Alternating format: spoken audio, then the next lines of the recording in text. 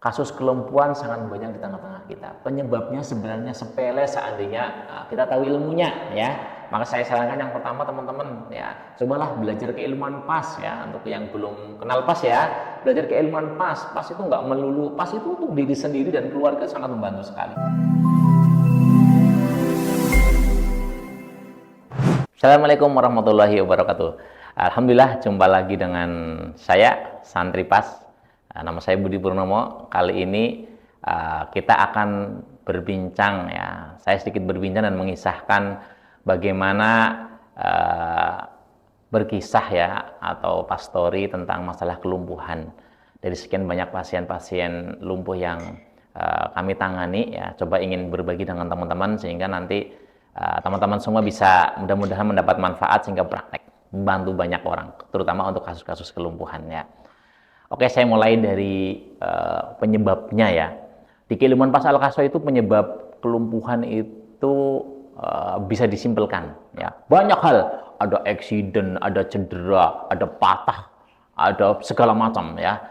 Tetapi di PAS Al-Qaso khususnya saat ini saya coba mau zoom kelumpuhan yang berkaitan dengan saraf kejepit ya.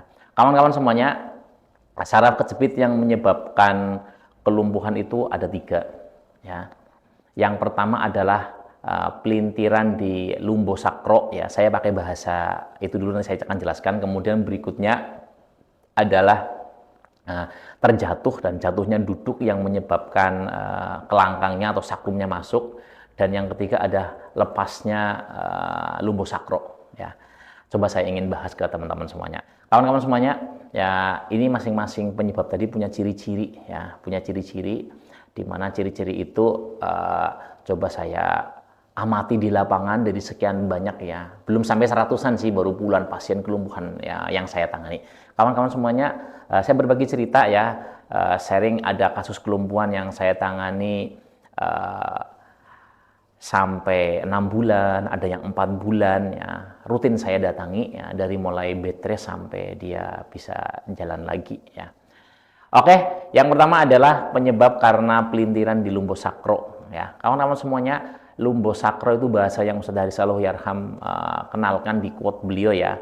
Lumbosakro itu berarti lumbal dan sakrum, atau bahasa kita adalah di bagian pinggang dan kelangkang. Ini ada sambungannya pinggang dengan kelangkang ya. Sehingga pelintiran di area situ ya menyebabkan terjepitnya saraf ya. Kalau bahasa non pasnya spinal nerve ya.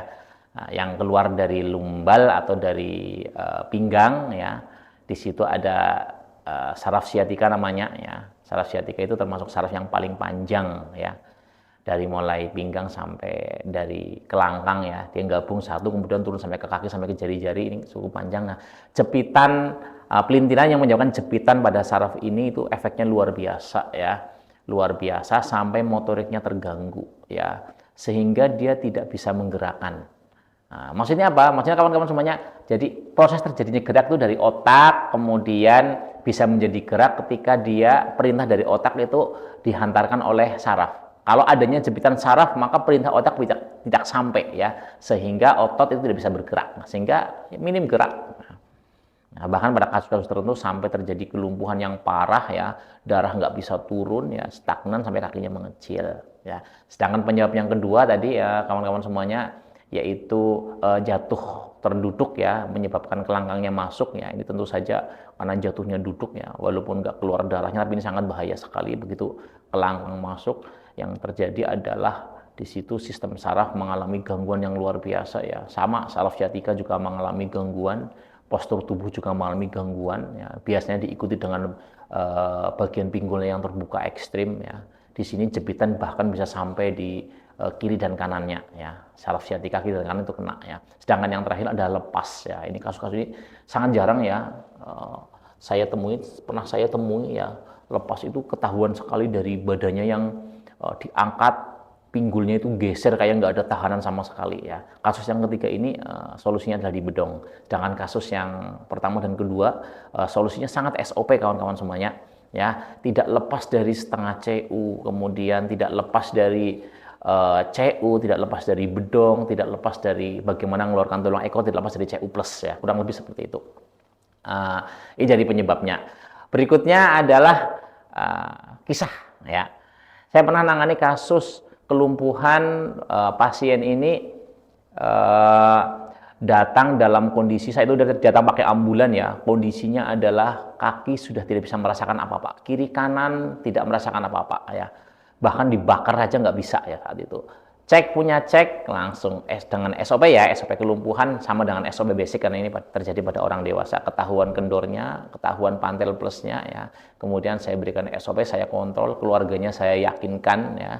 Kemudian keluarga yakin, kemudian keluarga saya pandu ya. Keluarga juga melakukan PR yang kita arahkan, hasilnya Masya Allah kawan-kawan semuanya ya, di 3 minggu awal itu jarinya bisa gerak ya, mulai bisa merasakan ya. Di 1 bulan pertama ya, dia sudah bisa menggerakkan jari-jarinya, sudah bisa nekuk ya. Bulan kedua dan ketiga semakin bagus ya, dan sekarang beliaunya sudah bisa full, sudah bisa jalan seperti normal ya, gangguan-gangguan sedikit lah. Berapa jumlah pasiennya Mas Budi yang seperti itu? Banyak ya, puluhan alhamdulillah kawan-kawan semuanya. Tapi dari semua jenis kelumpuhan, semuanya saya kontrol. Saya nggak punya pasien yang lumpuh sekali terapi langsung jalan, saya nggak punya. Ya, karena sebagian besar kelumpuhannya sudah lama, ya, sudah kakinya ada yang mengecil gitu. Jadi proses terapinya cukup lama. Ya, belum lama ya. Belum lama saya tangani. Pertama adalah pasien anak usia SMA dia. Ya, dia SMA kelas 2. Ya, SMA kelas 2 akhir. Ya, akhir mau naik kelas 3 berarti kan saat itu terjadi accident ya. Dia sedang duduk sama temannya ditarik bangkunya. Kemudian jatuh terduduk ya. Ini penyebab kelumpuhan yang tadi ya, jatuh terduduk, sakrum atau kelangkanya masuk ya. Selangkanya masuk, yang terjadi tidak langsung lumpuh dia. Dia tidak langsung lumpuh, tapi yang terjadi adalah mulai terjadi penurunan ya. Penurunan geraknya mulai minim ya. Daya ingatnya menjadi berturun ya, sering ngilu pada area pinggangnya. Loh, kenapa itu terjadi? Jelas lah. Ya, sakrum masuk, tulang ekornya masuk, ini berpengaruh kepada postur, dan teman-teman customer pasti paham efeknya apa kalau sakrumnya maju ke depan sekali ya, karena benturan tadi, pinggulnya terbuka, mulai bentuknya seperti C ekstrim ya. Dan kemudian kawan-kawan, singkat cerita, dia tidak langsung lumpuh tapi mulai gangguan gerak dulu, sering kesemutan, hilang, nyeri pinggang hilang. Puncaknya adalah di kelas 3 akhir dia lumpuh total ya. Dari dia sudah lulus ujian dalam keadaan setengah lumpuh ya, begitu lulus ujian dalam kondisi lumpuh total, nggak bisa apa-apa. Kemudian hasil ronsen menunjukkan bahwa ada jepitan ya. Anehnya ini ya, jatuhnya di kelangkang, jepitannya ada di bagian punggung ya. Sekitar 9, 10, 11 lah ya, nomor itu ya, punggung ya. Kemudian hasil ronsen dan MRI-nya menyimpulkan adanya massa di situ, massa menekan saraf sehingga connect, hilang semuanya. Anaknya nggak bisa gerak ya, jadi mohon maaf di bagian ini ya, bagian pinggang lah, atau pusar ke bawah itu nggak bisa merasakan dan total dia nggak bisa gerak ya. Kemudian setelah itu Allah takdirkan bertemu, dan begitu lihat, oh Masya Allah ya, dari ceritanya dan kondisinya kelihatan sekali teman-teman ya, kelihatan banget ya. Begitu pakai SOP dia baring sudah kelihatan, kakinya dua-duanya jatuh, kedua-duanya itu lurus ke depan, yang menandakan kelangkang sangat masuk ya, tulang ekor masuk ke ekstrim. Kemudian saya SOP, diagnosa dan seterusnya ya, dia sudah nggak bisa merasakan kecuali sangat sedikit ya, menyimpulkan pantel plus ya. Saya tiap hari saya riliskan pantel plusnya dengan cara memberikan PR kepada orang tuanya. Kemudian tulang ekor yang masuk saya gunakan jurus EB, kalau teman-teman tahu ya, tekan ke bawah itu hasilnya Masya Allah kawan-kawan semuanya. Sekarang memasuki bulan ke-6 ya, sudah bisa jalan ya, sudah bisa naik sepeda. Terakhir ngasih kabar saya naik sepeda. Itu perjuangannya ya, dulu setiap 2 pekan sekali saya datangi, harus datang terus sampai bisa datangnya 3 minggu sekali ya, karena orang tuanya rajin ya. Orang tuanya rajin juga, saya suruh ngirim videonya ya, cara melakukan terapi. Hasilnya luar biasa, Masya Allah. Sekarang dalam kondisi sudah bisa naik sepeda, aktivitas hampir dah di 80-90% ya. 2 ya, satu lagi kisah tentang pasien seorang guru ASN ya. Beliau umur sekitar 45-46 tahun. Beliau penyebabnya adalah sering nyeri, mohon maaf, di area pantat, pinggang menjalar ke pantat ya. Ada riwayat jatuh, ada ke satu sisi ya. Ini penyebab yang pertama, ini pelintiran di lumbosakro ya, atau pelintiran di lumbal dan sakrumnya atau kelangkangnya, menyebabkan saraf kejepit, muncul saraf kejepit ya. Kalau kita mengenal dengan nama kasus-kasus sciatica ya namanya, saraf sciatica. Saraf kejepit, awalnya kesemutan, kebas sampai Allah takdirkan lumpuh total. Lumpuh total dan tidak bisa merasakan, tidak bisa menggerakkan, Allah takdirkan sampai mengecil di satu sisi.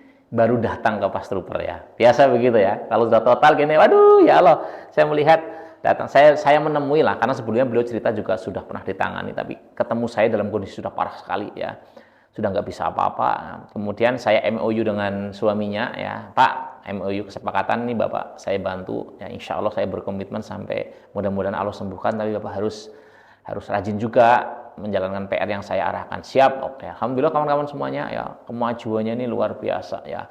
Dari mulai mengecil sampai nggak ada dagingnya ya, dagingnya kecil lah, nggak sama sekali nggak terasa, sampai menjadi normal, kurang lebih memakan waktu 8 bulan.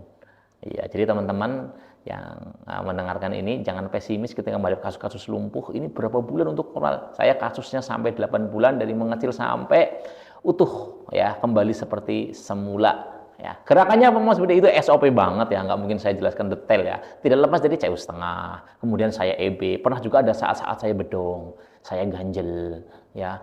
Kemudian itu kok 8 bulan lama banget ya, karena fase 8 bulan ini sebenarnya lebih cepat ya. Cuma karena beliaunya Allah takdirkan karena nggak pernah gerak ya, saya nangani dalam kondisi sudah ada lubang ya di dekat tulang ekornya karena infeksi ya, masuk sampai ke dalam ya. Sehingga saya gerakannya hati-hati dan saya nunggu sampai lebih pulih dan lebih kuat ya. Ya qadarullah begitu. Kemungkinan besar kalau dia tidak ada lubang ya, lubangnya masuk jempol begini ya. Karena biasa ya kalau dalam kasus-kasus kelumpuhan terjadinya luka itu sudah biasa. Begitu mulai agak pulih, full, nah baru saya beri gerakan-gerakan pas full. Efeknya Masya Allah kawan-kawan. Itu 2 pas story saya ya. Terus kira-kira nih buat teman-teman yang sedang menyimak ya, tadi buat umum ya, ada nggak sih pantangan atau hal-hal yang sebenarnya bisa menyebabkan kelumpuhan nih? Biasanya tadi dari anak-anak yang masih di bangku sekolah, kadang mainan bangku, terus ada apa lagi yang ya. Oke kawan-kawan semuanya ya, para teman-teman Pas Trooper dan juga teman-teman yang menyimak ini yang lainnya ya, saya beri tips ini ya. Kasus kelumpuhan sangat banyak di tengah-tengah kita. Penyebabnya sebenarnya sepele seandainya kita tahu ilmunya ya. Maka saya sarankan yang pertama teman-teman ya, cobalah belajar keilmuan PAS ya. Untuk yang belum kenal PAS ya, belajar keilmuan PAS. PAS itu nggak melulu, PAS itu untuk diri sendiri dan keluarga sangat membantu sekali ya. Nah, berkenaan dengan kelumpuhan, faktor-faktornya kadang sepele kawan-kawan. Satu adalah jatuh terduduk. Lihat tetangga kita, anak kita, ya, anak-anak kita. Kalau mereka jatuh tidak mengeluarkan darah, ya, jatuhnya terduduk, justru ini yang perlu dikhawatirkan.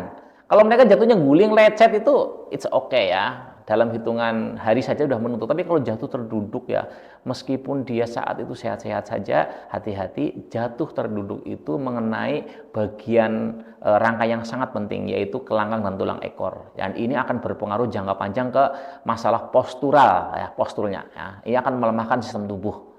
Nah, ini yang pertama jatuh duduk. Yang kedua untuk teman-teman ini, jangan yang bermain ya, bermain yang hati-hati ya, jangan sampai bermain duduk kemudian ditarik, atau juga ada ya, saya lihat sekarang ini musim liburan juga ataupun suatu saat ya, yang berenang ya, berenang di papan-papan luncur dari atas gitu ya. Itu beberapa ada papan-papan yang ekstrim ya, hati-hati saat mendarat ya, jangan gunakan tulang ekor kalian untuk mendarat. Ya, ini sangat berbahaya sekali ya, jangan sampai kita jatuh terduduk ya. Kemudian untuk ibu-ibu nih yang baru belajar ya, anaknya baru belajar jalan dan sering banget ini ya, lagi belajar jatuh terduduk ya, efek jangka panjang juga kurang bagus ya, maka belajar keilmuan PAS saya sarankan ya. Sederhana banget gerakannya. Kadang-kadang ya, coba bayangkan kawan-kawan, kasus kelumpuhan ya, saat itu sudah divonis harus menempuh cara ini misalnya. Tetapi dengan PAS, dengan 2 atau 3 gerakan yang rutin, itu memberikan efek yang luar biasa. Mungkin itu, Mas. Oke, pertanyaan terakhir nih, mungkin soal masalah kelumpuhan ya. Kira-kira apakah dengan belajar pasal kasus ini sebenarnya apa ya, kelumpuhan ini bisa diterapi dengan PAS gak sih? Oke, ini bagus sekali kawan-kawan ya. Mengapa tadi saya menganjurkan belajar PAS? Karena keilmuan PAS Al-Kaso ya, PAS itu membahas ya dari mulai mendiagnosa, ya mendiagnosa berarti melihat ya, dan cara mengatasinya. Apa yang didiagnosa adalah rangkanya. pas ini ada diagnosa tangan kosong. Bagaimana orang yang terjatuh itu kan ngefek nih, ngefek ke rangka tubuhnya. Nah, pas ini belajar bagaimana melihat rangkanya. Kita diajari melihat bentuk rangka yang normal. Setelah terjatuh nanti ada penyimpangan-penyimpangannya. Nah, ilmu pas ini bisa untuk membantu mendiagnosa penyimpangannya ke arah mana. Plus ada gerakan-gerakan untuk mengembalikan ke posisinya gitu. Termasuk dalam kasus kelumpuhan.